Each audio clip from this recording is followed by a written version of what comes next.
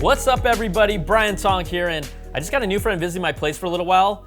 Like right behind me, it's Samsung's Q900 82-inch QLED 8K TV. Now this thing is large and in charge, and Samsung let me use this for this review, so yeah, it's gonna go right back to them. But let's just break down what this TV is bringing to the table. And first of all, this is not gonna be one of those reviews evaluating the TV's performance based off of calibration tools and numbered results, because I'm just not that guy. But if you're someone who loves TVs and cares a lot about your home theater like I do, I'm here to tell you really what matters and why it's important. Now, I love TVs, and I can't ignore how massive and impressive an 82-inch TV is. It basically covers almost this entire wall, and I never get jaded when I see a big screen TV like this. This is just awesome. Now, the reason why I'm looking at the Q900 is because it's one of just a handful of 8K TVs available today.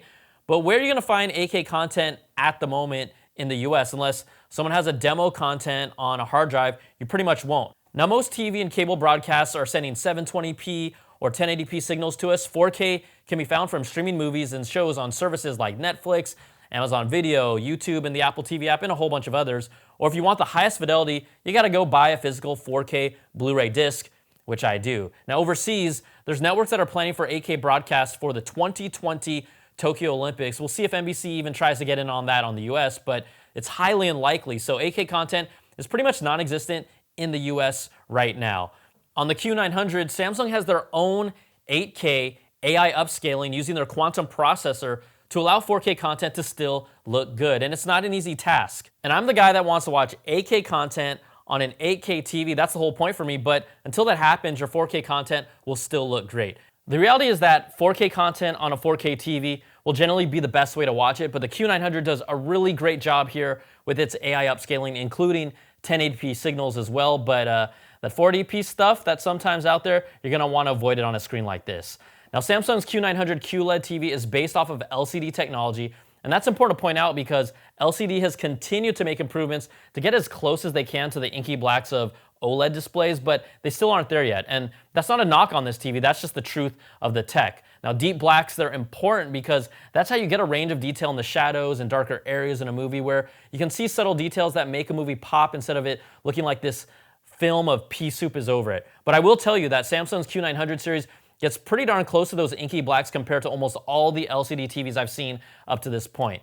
Now, we don't have all these professional TV display measurement tools, but this kind of fun, janky, really simple way to tell how deep the blacks on your TV screen are is when you're watching a movie and you have the letterboxing, let's say above and below the movie, you see how close that black area matches the black outside bezel of your TV with the lights off. So if it looks like it seamlessly blends to the border, that's a deep black. But if the letterboxing is a whole lot lighter and then the bezel of your TV is a deep black, well, then it probably doesn't get those inky blacks that I love.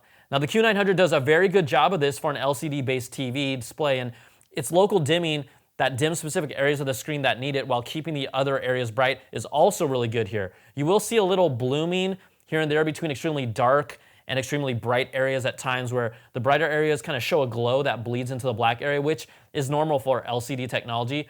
But at up to 4,000 nits, this TV is really bright, very bright, and the colors are bold, they're never washed out, really vibrant. And there were times where I was watching Planet Earth 2 and the colors, they just like popped off the screen. Now, I think the biggest and standout feature for Samsung's Q900 is its ultra-wide viewing angle. You have lots of people coming over sometimes, watching from different spots. You wanna watch a movie or a sporting event, and that's always been a challenge on an LCD TV, especially when you're talking about large screen sizes just like this.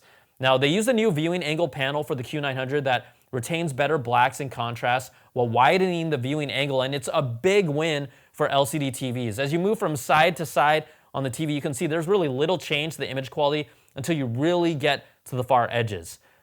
And if there's anything that you do with this TV, the first thing you gotta do when you get it, go into settings, then go into picture, and then go find Auto Motion Plus and turn that off.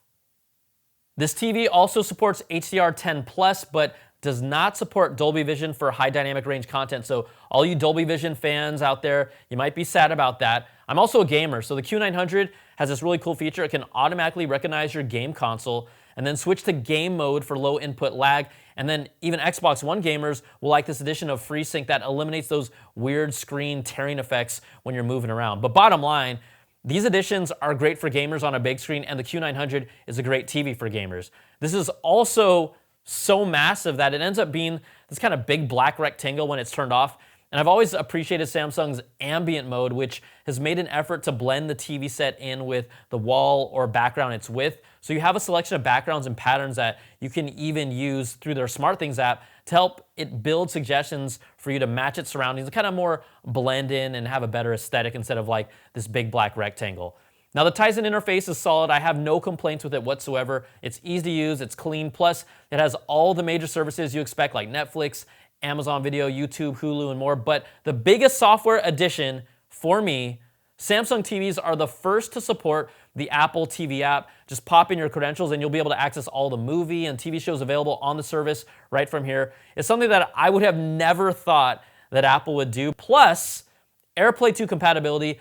It's honestly this weird feeling at first, but very cool to be able to use my iPhone or any Apple device and have it detect the Q900 as one of the available AirPlay devices to view my content on, and it works flawlessly. Like Samsung, you work with the ecosystem now. Now the One Connect box is part of this TV set, connects to the TV with a single cable like other Samsung TVs have with 4 HDMI inputs, with one of them supporting extended ARC via HDMI 2.0B. There's also digital audio out and an Ethernet connection with a port for digital antenna for over-the-air broadcast as well. Now the Q900 series ranges in sizes from 55 inches all the way up to this behemoth, the 82-incher that retails for around $5,000 right now. This is just a great TV if you're preparing for the future. And Samsung, you know, they like to get ahead of this next big thing. And at the same time, they kind of help push the industry forward. They did it with 4K, and they're absolutely doing it with 8K as well. Now, I'm personally not on the market for a new TV, and I'll get an 8K TV when 8K content is more readily available. It feels like 4K honestly just started to become mainstream to the general consumer now that a lot of streaming services are delivering their shows in 4K. You have general consumers like my mom that are understanding that 4K is just the best video quality available right now. Nothing can still beat the physical disc. I'm a audio file junkie, like that's who I am, but until we're at the point where I can get access to 8K content, 8K is still way ahead of the game, and Samsung's gonna be there with this Q900.